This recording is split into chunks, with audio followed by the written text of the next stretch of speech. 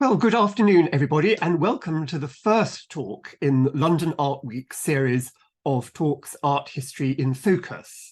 And we're beginning this series with a remarkable discovery, a painting by Artemisia Gentileschi of Susanna and the Elders, painted for Henrietta Maria, Charles I's queen.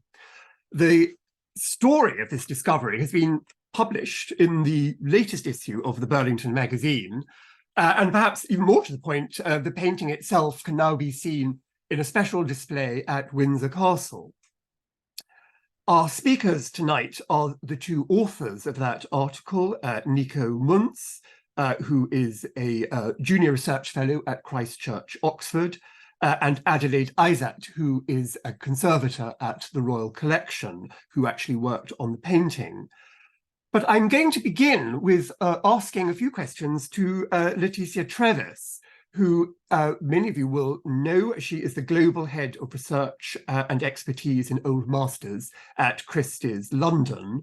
And she was the curator of that remarkable and wonderful exhibition about Artemisia that was held at the National Gallery, London, where she was then working as a curator in 2020 to 21. So before we get going on Susanna and the Elders and the story of the painting, I wonder, Letizia, if you could just say a little bit about why is Artemisia so important and why has she become so famous? She's probably the one name in Italian 17th century painting that now more or less everybody knows, apart, of course, from Caravaggio. So what is her significance in art historical terms? Thank you, Michael, and welcome everyone. Indeed, today I'd say Artemisia is considered the most celebrated female artist of her time, but this wasn't always the case.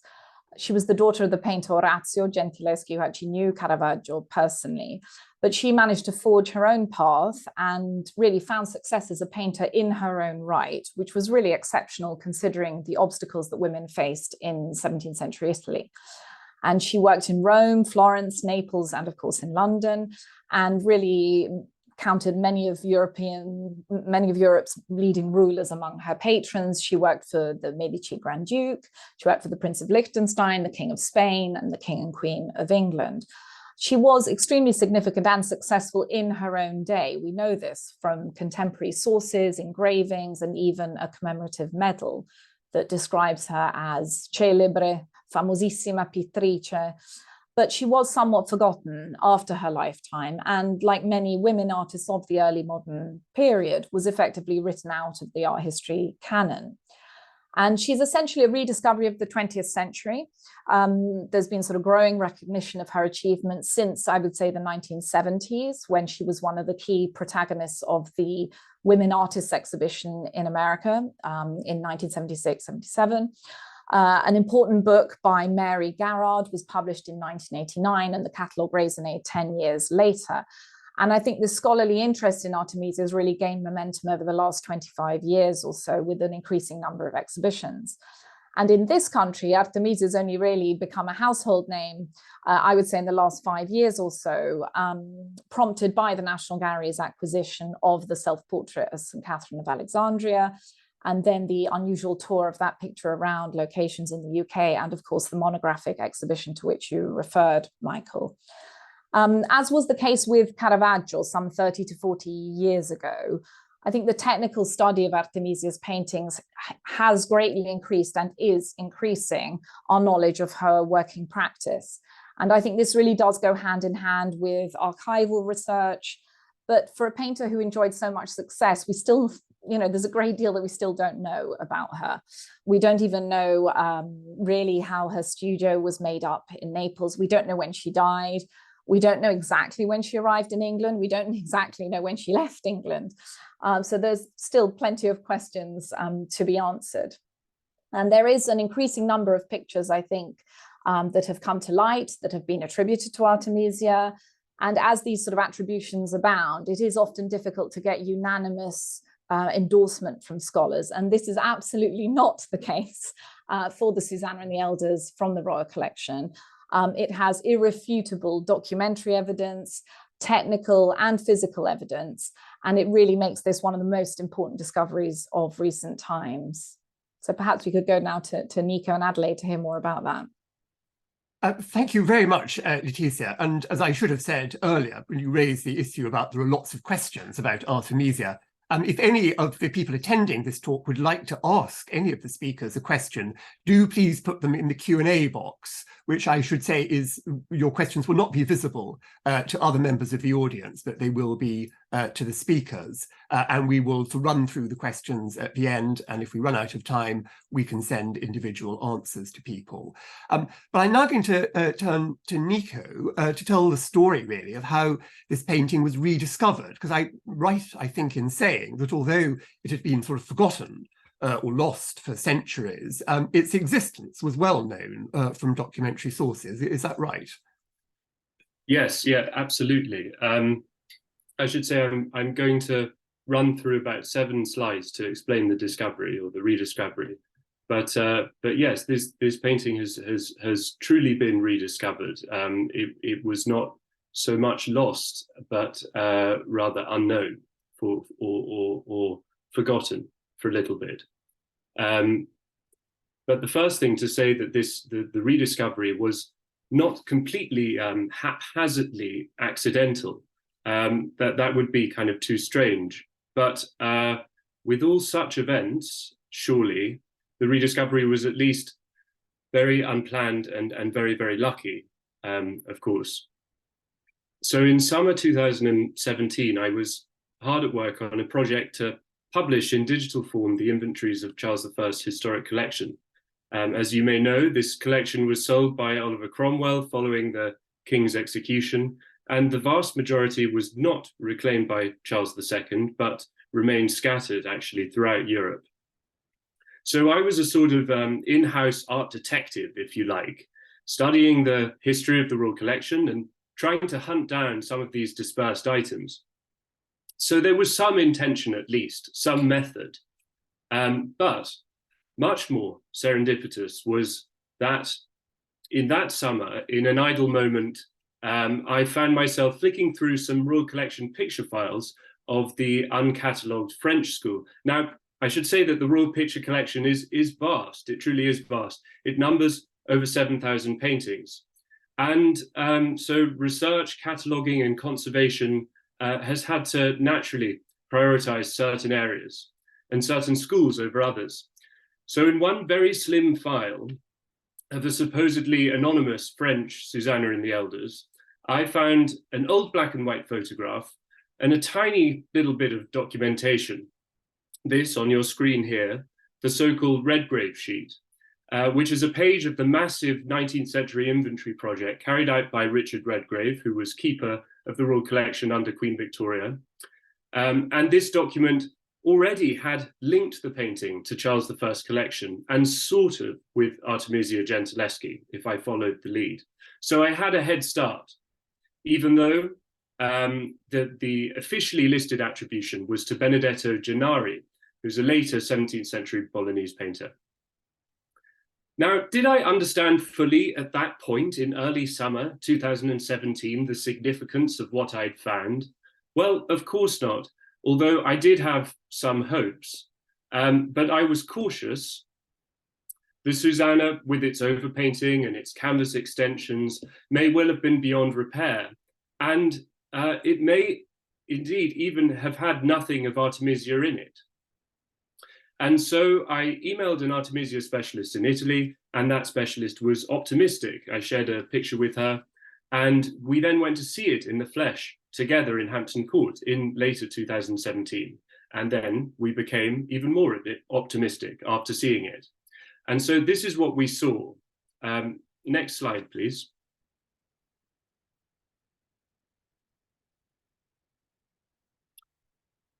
So this is pre-conservation. Now, how do you attribute a painting like this?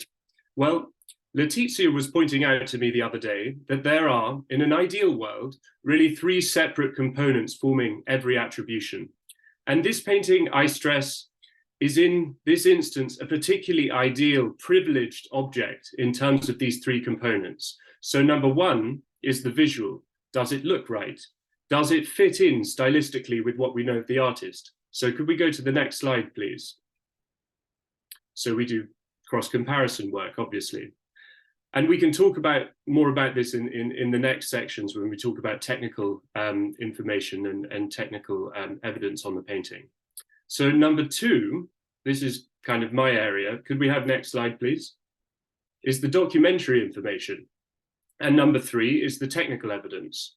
So the documentary side was particularly rich. We can place the painting in 1639, hanging above the chimney in Queen Henrietta Maria's withdrawing chamber at Whitehall Palace, thanks to the efforts of this rather stressed-looking man in the left-hand corner of your screen, Abraham van der Dort, the keeper of Charles I's collection, who compiled this royal inventory that you see here, which, in terms of the depth of scholarly art historical information, was for the time almost completely unprecedented. And 1639 happens to be exactly when we know Artemisia was in London. It's actually the only date that we know she was in London.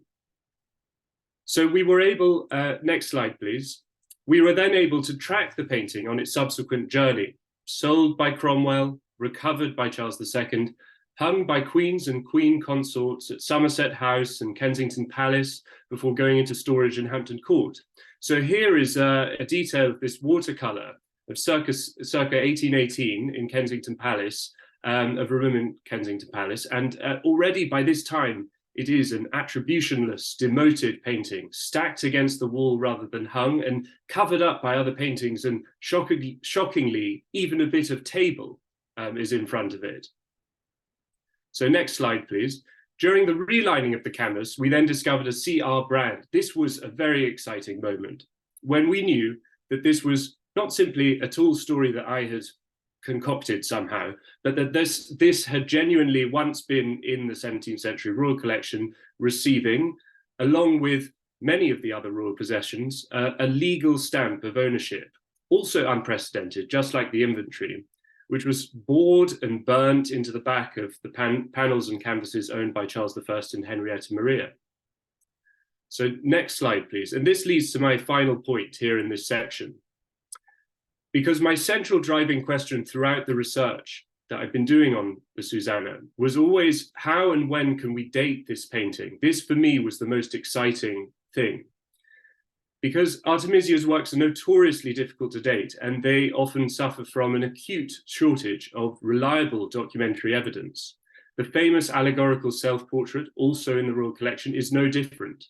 But the Susanna is special, and we have this astonishing abundance of evidence from all sides, documentary, stylistic, and technical.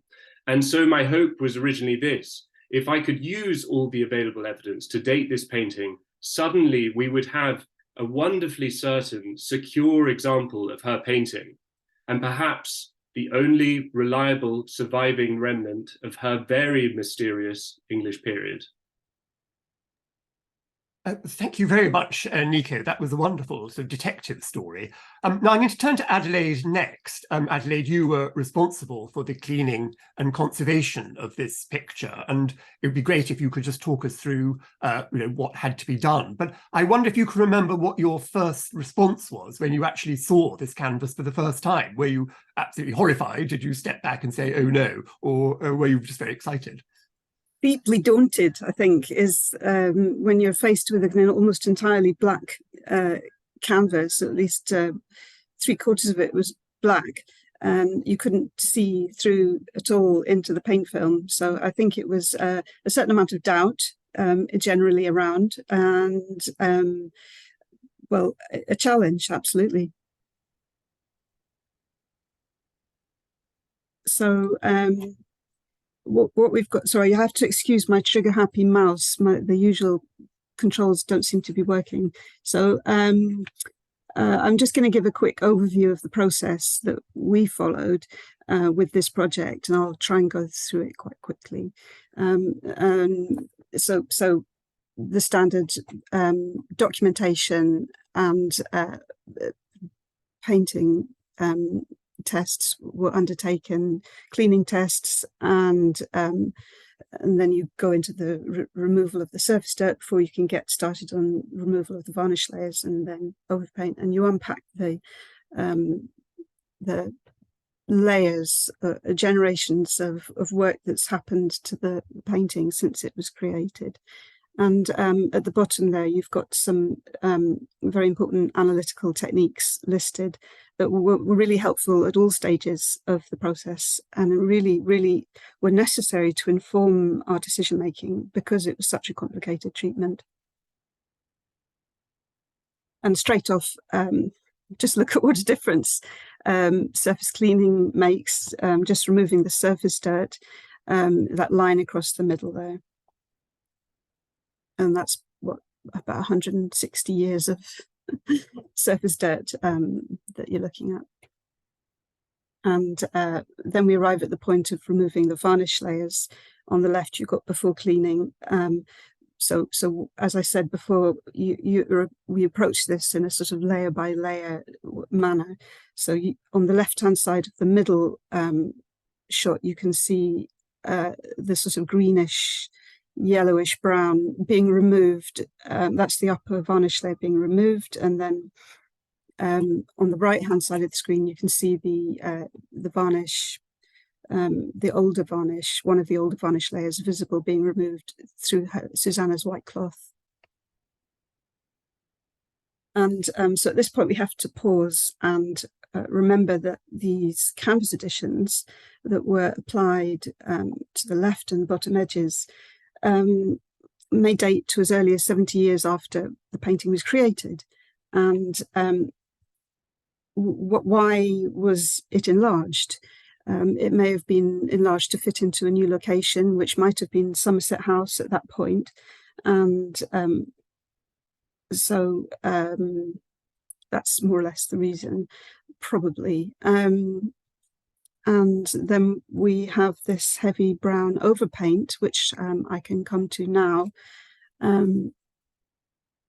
which was probably applied to incorporate those canvas editions, make them fit the composition. So on the left-hand side, I don't know if I've got a pointer, but really the top of the left-hand photograph, you can see a great big brown, heavy curtain of paint that is actually the overpaint that's on the editions as well. And it's got its own composition entirely. Whoever did it was really went for it. And you can see that it's overpaint because at the bottom of that left-hand photograph, you can see older damages, which the restorer has covered up in the process. And what you're seeing there is an enlargement of the lower step that Susanna's stepping down to. And Artemisia's original paint film visible there with the original craquelure, all hiding under this brown curtain of overpaint. And so, yeah, in reality, it wasn't fitting, the additions weren't fitting the original. The original was made to fit the additions. So it was the other way around. And at this point, it's dawning on me that we really have quite a serious archaeological excavation to reach Artemisia's work. And if you look at the screen on the image on the right-hand side, you can see where I've begun to, there's a damage above the middle elder's head, which I'm just exploring with the microscope, and I'm unpicking. And not only is there a lot of brown overpaint, but it's also turns out that the sky is very overpainted. What I genuinely thought was the clouds looked quite good, but they were not part of the original. And what you can see there is the beginning of the removal of the brown overpaint in the sky as well. And of course, it completely obscuring all the wonderful subtleties of Artemisia's lovely characteristic handling of light and shade. And indeed the blue sky. Well, this doesn't work, so I'll go to the mouse. So this is just a little overview of the general process, and starting with before treatment shots on the left, and then showing the overpaint removal as I've just discussed, and then the third one along is after cleaning shots. And at this point, we applied an isolating layer of varnish, and so that all our subsequent work is more easily removable in the future. And then the losses were filled with putty, ready for retouching, which you see the end of retouching on the right-hand side.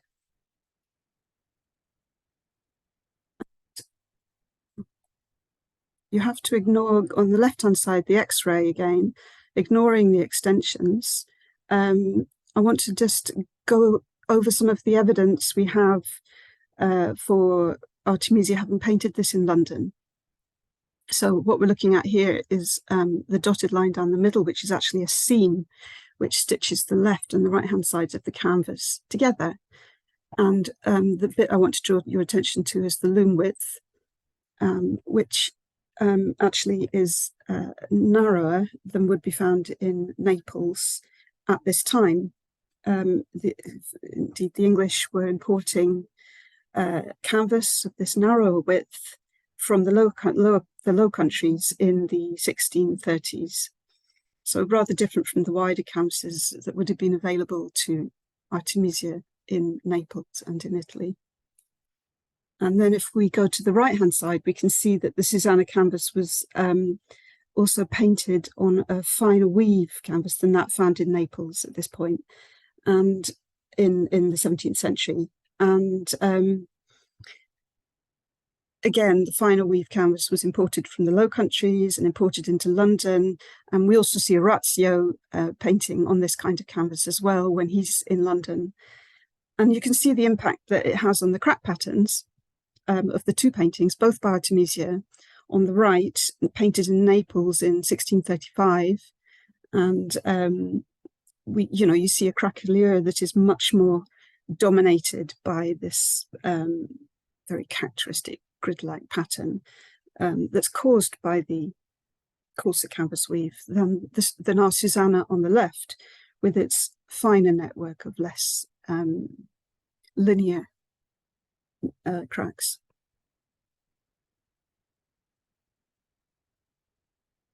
So then moving on to pigment analysis, which showed quite a lot of evidence for Artemisia's hand, and also the fact that it was painted in London. Firstly, she's known to have used this very unusual lead-tin yellow pigment, which is a version of it which is called lead-tin antimony yellow, which was used in Rome, but is particularly associated with Artemisia. And we found it on the Susanna painting as well. The tiny little sample, what you see there is a cross-section of the paint layer, which is a pinprick in size, but under the microscope, you can see all the layers and the build-up of the construction of the painting. Yeah, the lead-tin yellow here, she uses it so beautifully in this, makes use of this richly scattered light at the surface, and the subtle reflected light in the shadows. Much like in the self-portrait, in fact, and really beautiful handling. And then we can move on to the very intriguing area of comparing with other paintings by Artemisia, and what this revealed to us about her methods. And so the X-ray and the infrared threw up useful things, different things, and one thing was they showed different aspects of a fountain that Artemisia had painted underneath, put in at an earlier stage, and then painted out with trees.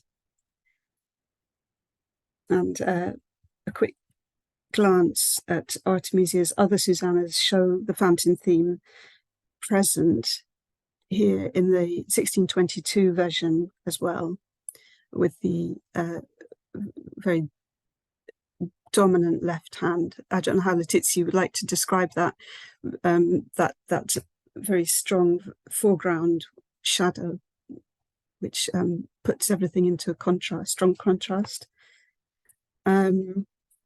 So we were kindly allowed to go along to Burley House and with a tracing of our Susanna to look at their version, lay it over their Susanna, and to see what the connections might be. And it basically proved that Artemisia must have had the same drawing or cartoon for both, but she has shifted the tracing to fit the new composition. So here on the right, top right, you see that the shoulder and the back are the same, and then she's shifted it a bit to make the arm work, and then the leg, etc. And so she's making the same forms work for the new composition.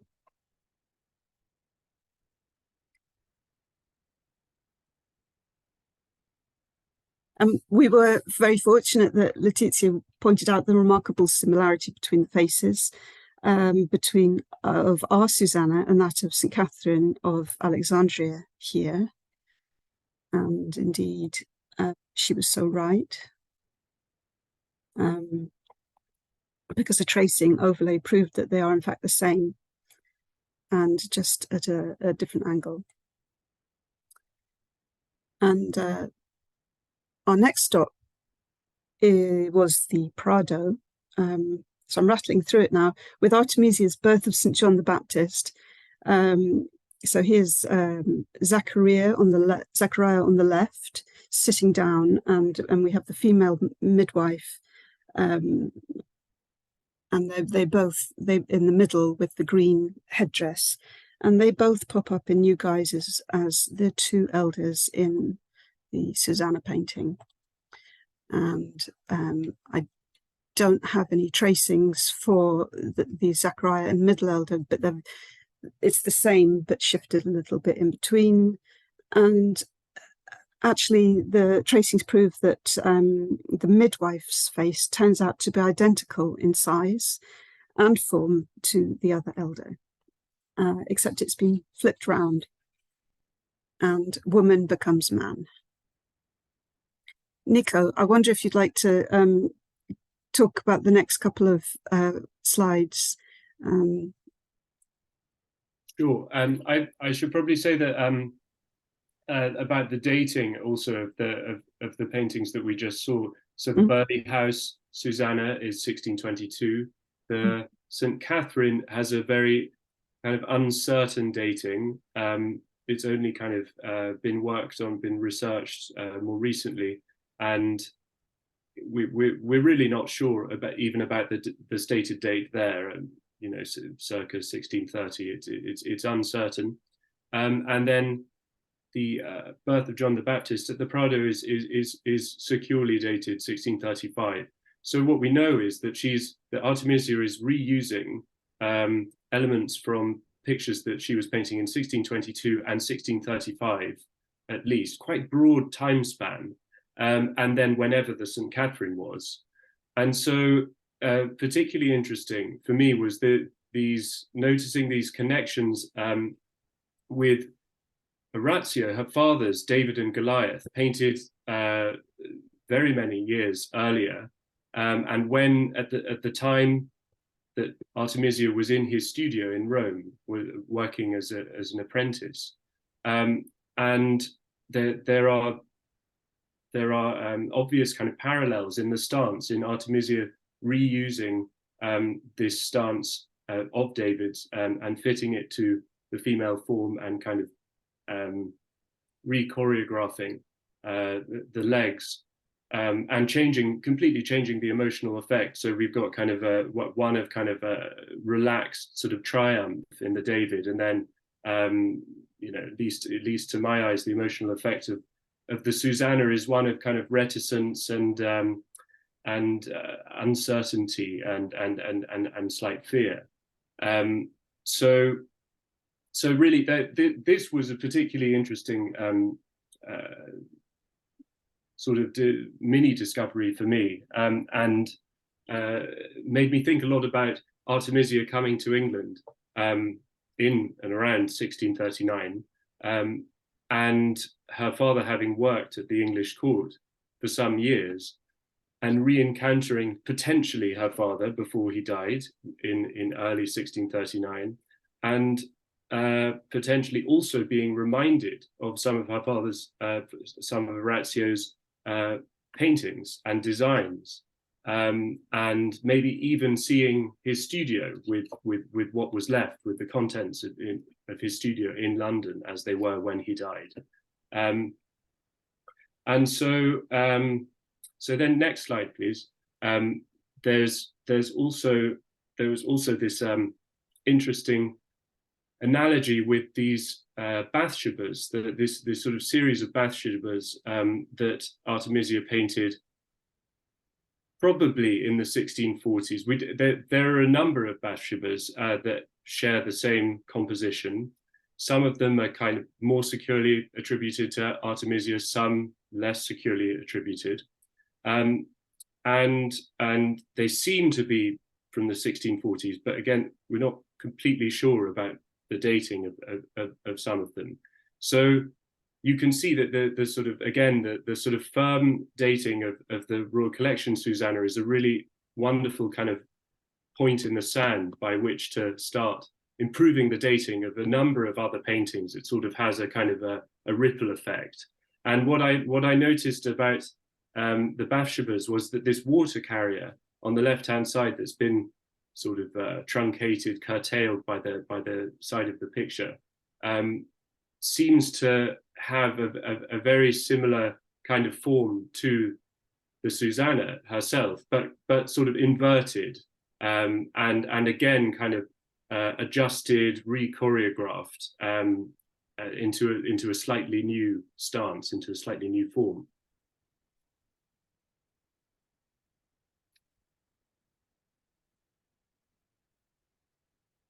Fantastic. I just wanted to also insert this detail of the foot, which shows a pentiment of a change that Artemisia has made to its positioning. And I really just put it in there as a little reminder that despite all this outrageous pragmatism and duplication, it doesn't seem to stop her development at all. She adapts to her local circumstances, and she's still growing, and she's keeping on actively exploring. She's knitting various parts together, adjusting and fitting as she goes along, shaping contours, changing gender to bring about a whole new composition. Really just shows what a remarkable artist she was. And I think that's as much as I can say for now, Niko. So I'm just going to pass you back again to your next slide.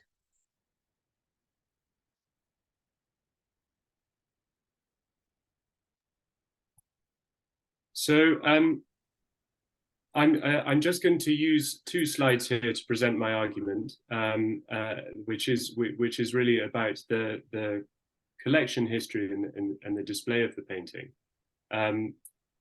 This was particularly interesting for me because obviously, as I've said, at the time I was working on Charles I's collection, and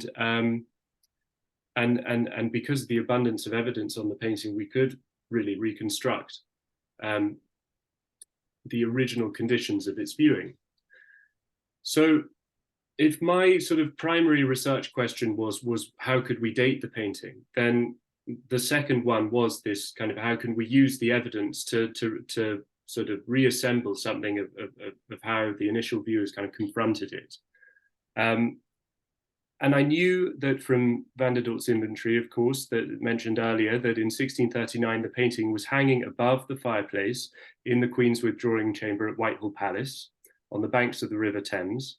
So destroyed by a fire some years later, Whitehall, illustrated here, was the principal royal palace, where ambassadors were received and where Charles I hung many, the bulk of, his most important paintings. Now I realized that this inventory reference could be really critical to dating the painting and also to linking it to Queen Henrietta Maria, because it was obviously hanging in her quarters, in her apartment. And several strands of evidence really led me to believe that the painting was most probably commissioned by Henrietta Maria for this important place. And it was, I stress, a really important room in Whitehall.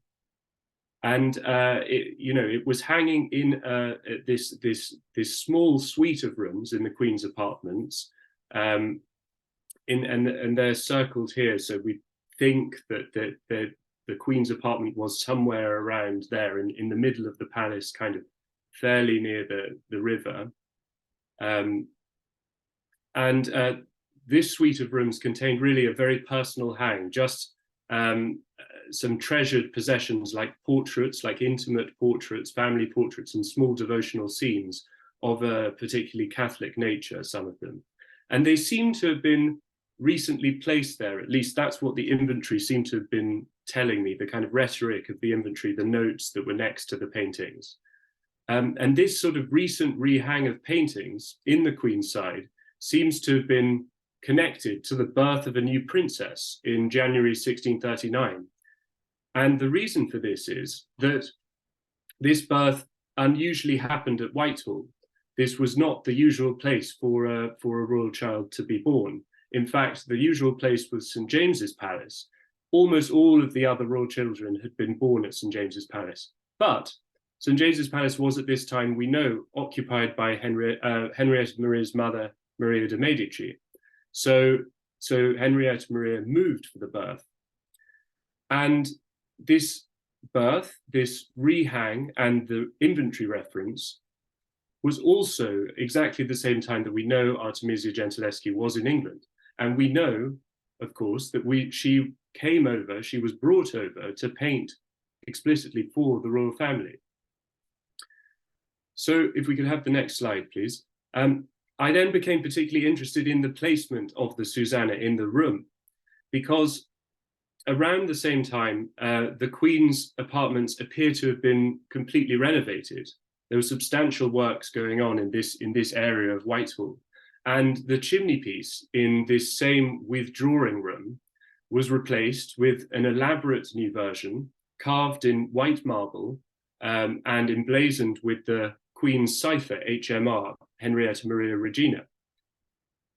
These are just similar examples from other palaces. We don't have the design of the original fireplace in Whitehall. But just to give you an idea, so such a grand fireplace, and it must have been grand. We even have the price of this fireplace, which was about £45, actually a significant sum in those days. Such a grand fireplace would almost certainly have had a large superstructure. They almost always did, such as illustrated here. And the painting would therefore, this Susanna would have sort of fitted snugly inside it, inside this superstructure. So surely this changing of the fireplace that literally happens in circa 1639, exactly when the painting is inventoried, exactly when Artemisia is in England, surely this changing of the fireplace would also have been the opportune moment to commission a painting of exactly the right measurements to fit inside this chimney piece superstructure. And because of the Queen's cipher being below, and you can just make out in the illustration that there is an HMR beneath the crown that is emblazoned in the fireplace, and then we've got another illustration of an HMR cipher to the left. So because of the Queen's cipher being literally beneath the painting, it would follow that the work must be of some personal significance to Henrietta Maria. Now, I've been looking even more recently into the way this room was used, and Henrietta Maria used this room to have private audiences with her ambassadors. This was a very important room for court politics. Ambassadors would visit Charles I's withdrawing chamber, then they'd visit Henrietta Maria's. And she would naturally have sat in front of the fireplace in the position of honor, and therefore also in front of the painting. Indeed, she would have been sort of crowned by the painting, and there probably was a crown also in the fireplace, carved within the fireplace. So there are no other paintings recorded in this room. So there is a lot of focus on this Susanna, which would have been above the Queen. So there was, I suggest, clearly some sort of bond here between this Roman Catholic Queen, Henrietta Maria, this Roman female painter who worked for the Pope's court in Rome, and this particularly Catholic subject matter.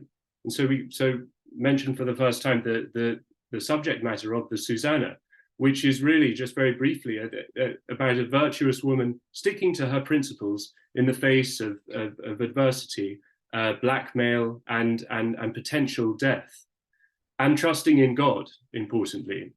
And it really did have a particularly Catholic significance at this time.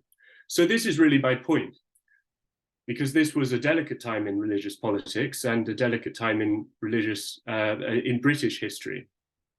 And this is what makes the painting, for me at least, even more fascinating, because the Susanna seems to have functioned as a political statement just as much as a work of art.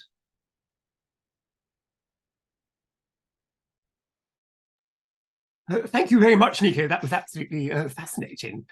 How quickly was the attribution to Artemisia forgotten? Because it was forgotten quite soon, wasn't it? It seems to have been forgotten at some point in the 18th century, or possibly the beginning of the 19th, but I would imagine in the 18th century. It was attributed to Artemisia in Queen Anne's reign around 1710. So it still had a significance there, and it was hanging in a privy chamber above the chimney in Somerset House, a good place to hang, as it were. But it seems that it's really between this date, between 1710 and between 1818, when it's in the watercolour in Kensington Palace, that the painting loses its attribution and loses its status as well.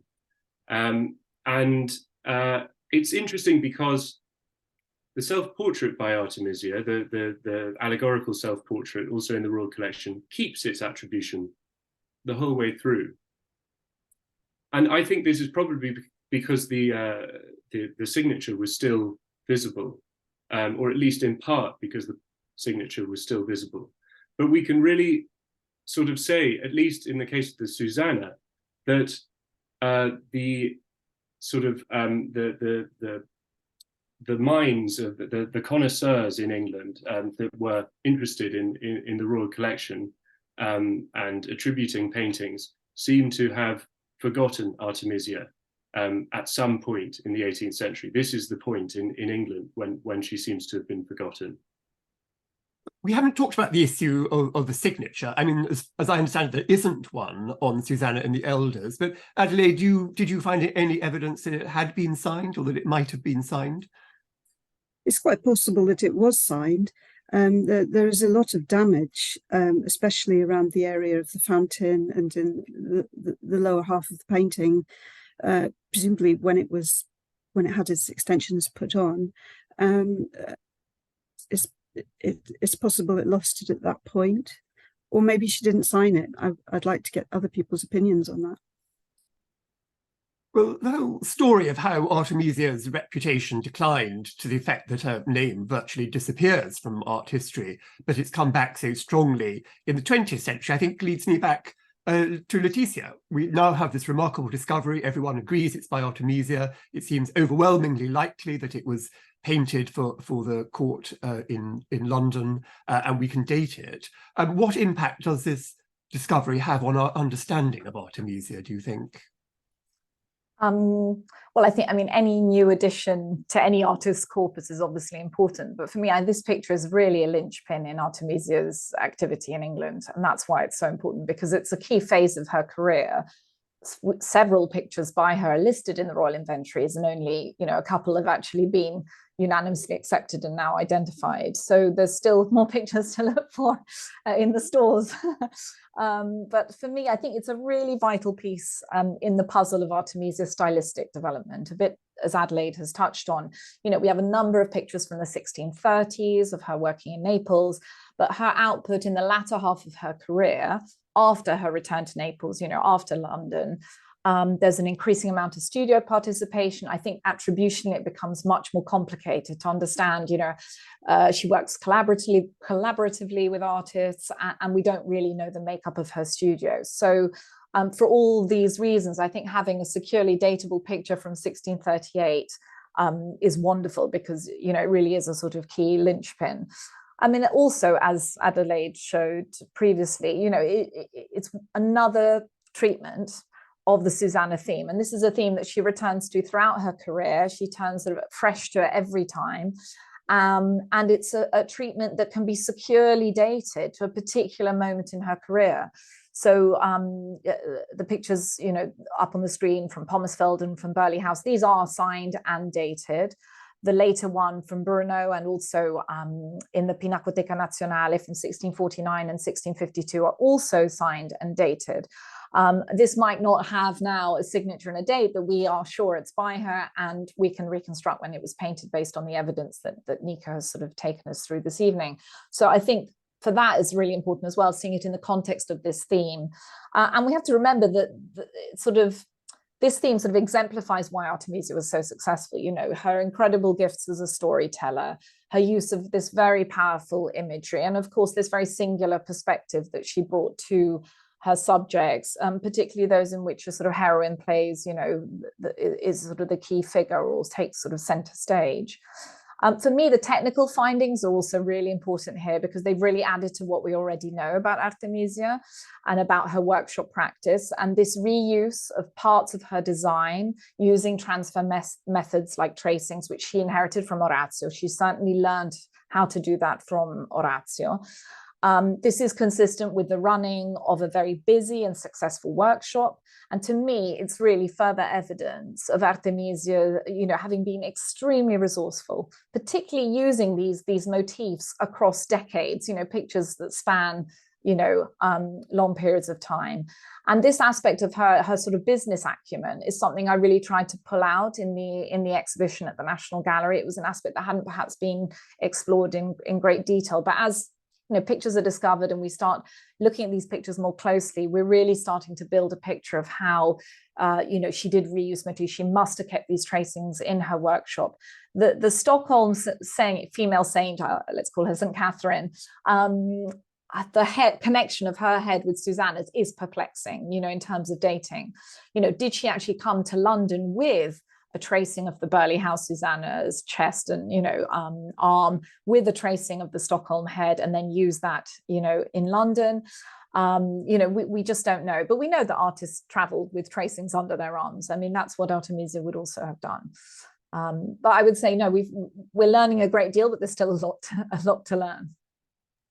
Just on the question of the signature, obviously Artemisia's paintings seem to have been kind of not systematically signed, and there are certainly paintings that have secure attributions to Artemisia that aren't signed, and so she seems to sign probably with particular intentions, particular reasons in mind, potentially because a painting is not a direct commission and it's more painted for potentially for the open market or to attract a certain purchaser, or because a painting goes overseas.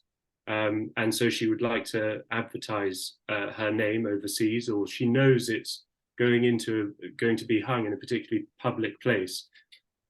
So there are a number of reasons why potentially the Royal Collection Susanna doesn't have a signature, or may not have a signature, whereas some of the others do.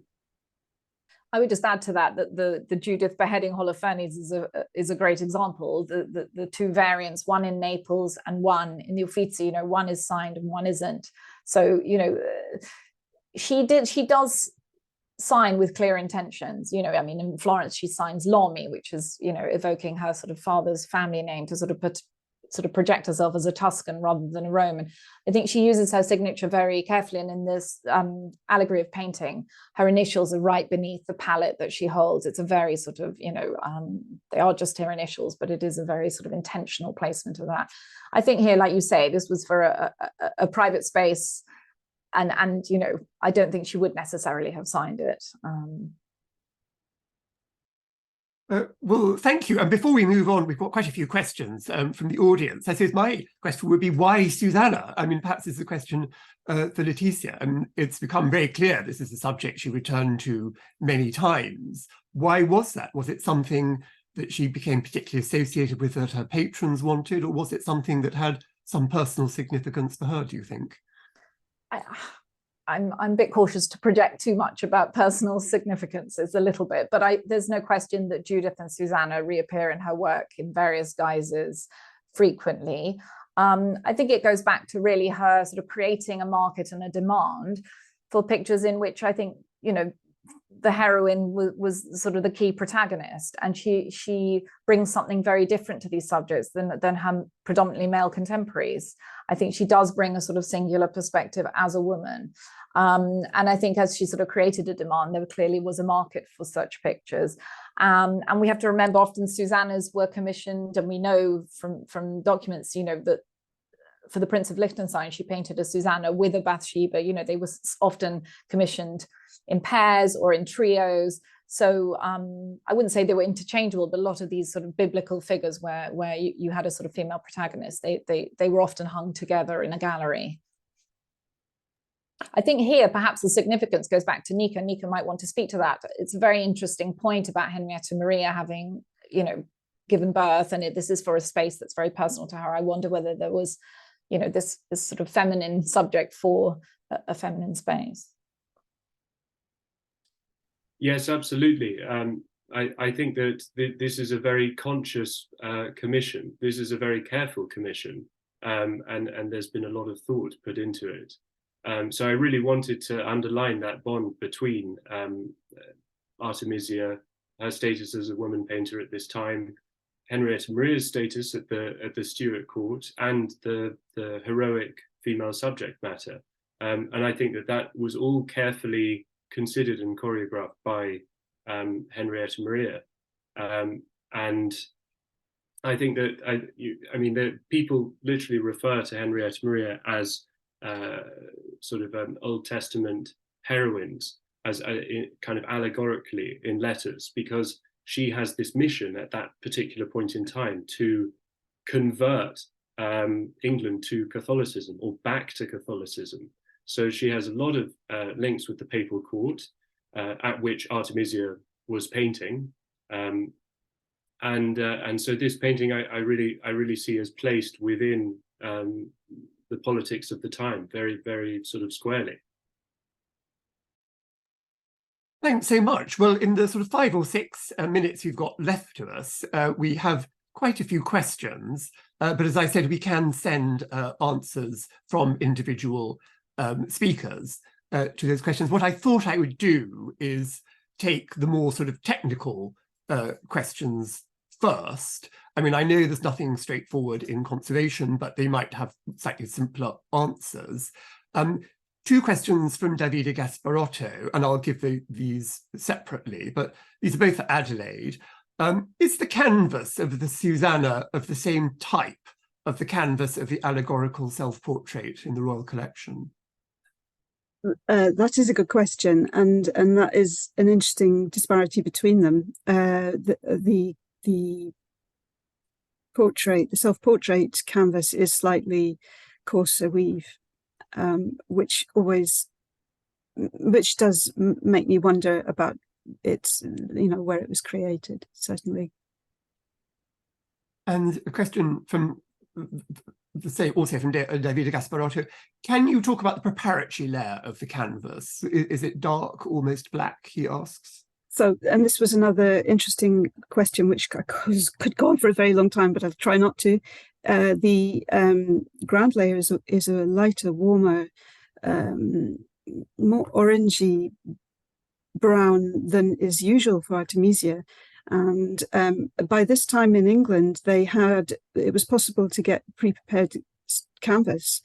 And so it's quite possible that is a reflection again of the different location here to what she's used to.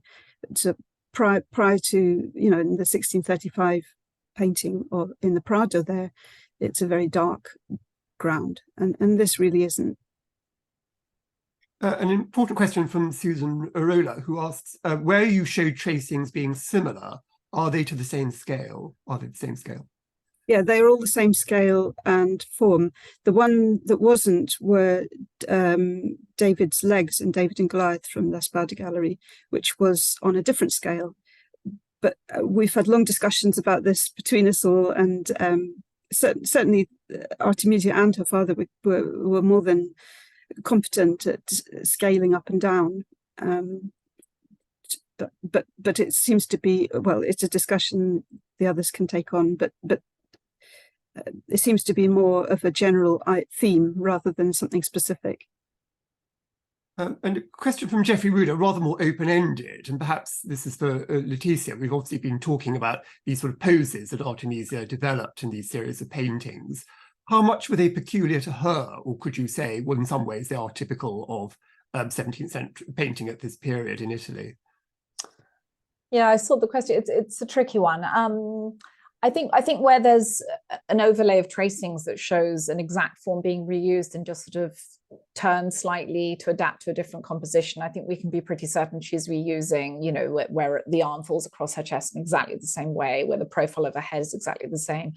But you're absolutely right in pointing out that there are sort of general ways of a contrapposto pose, which is that's what we call, you know, with one leg straight and one leg, you know, the weight bearing leg straight and the other one bent, and then the arms doing the other way around. So for example, Niko referred to that picture of Bathsheba with the water, the lady holding the water seen from behind. I mean, that might just be coincidental. That's a sort of classic contrapposto pose, you know, giving the body movement by twisting it and bringing one leg up and one leg down. So I think in Artemisia's case, it's a bit of both. I think there was sort of standard way to pose your figures that would go right back to the antique. It's not so much just, you know, this particular period. I mean, you see that pose in Renaissance, you know, painting and sculpture as well. But I think with her, she definitely also reintegrated elements of her designs. And an interesting question from anonymous attendee, really, for both for Niko and for Letizia. Obviously, we've talked about the subject matter of being interesting to Henrietta Maria, but was the fact that Artemisia was a female painter, would that have been an attraction to the painter? Which I suppose leads us on to the question, was Artemisia famous for being a woman? I assume she was. I mean, yes, certainly famous for both those things. She was famous, you know, for being a great painter as well. And I do think she created this market and demand for pictures in which, you know, women are the key protagonists, because I do, like I said before, I do think she brings something very different to the table. I think, you know, portraying Susanna from the female perspective is very different. And I think you know, patrons knew what they were getting from Artemisia, and that they would get something that really did distinguish her from male interpretations of the subject.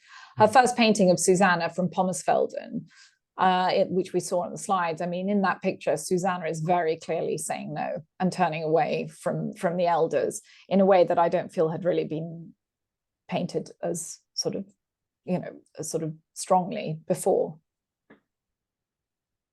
And perhaps we should be sort of coming to a close now, but as I say, we can send individual questions. But here's just a good point for Niko, really, from Victor Sander Aneros, saying, well, this is a very exciting discovery, and making the point, which I have often made, that great discoveries are not made in sort of attics or behind the chimney piece or something like that, but are made in museums or major collections with reattributions. I mean, do you think there are other great discoveries to be made in the Royal Collection, and are things likely to come to light as more cataloguing work is being done? I would say, obviously, I don't know for sure, but I would stress that this is a once-in-a-generation kind of occurrence, that the Royal Collection paintings have been surveyed, looked after, looked at, and through many centuries, and the great majority are researched and clearly we know what they are. So this was something, because of the I'd suggest the unusual nature of Artemisia's fame, the decline and the subsequent sort of renewed interest in her, that this is a casualty of that more than anything else. Thank you. Well, just a reminder on screen that the painting is on display. And thanks to all the credits. I'd also like to thank, on behalf of the Burlington magazine, London Art Week, for their interest in this remarkable discovery, and for making this talk the first in their series of art history in focus. And I think they're going to show us on the screen now what the next event is in the series. which is on Thursday, the 12th of October at 5 o'clock. So I hope very much you can come along to that. If you missed any part of this talk or you want to hear it again, you'll be able to see it on the London Art Week's YouTube channel from November. So thank you very much indeed to our three speakers, Niko Munz, Adelaide Izat, and Letizia Treves, and all the extraordinary amount of work that's had to go on in conservation, perhaps most obviously, less obviously perhaps in research, but also the collaboration with other scholars and people who have studied Artemisia that has allowed this discovery to be presented. So thank all three of you very, very much indeed. Thank you.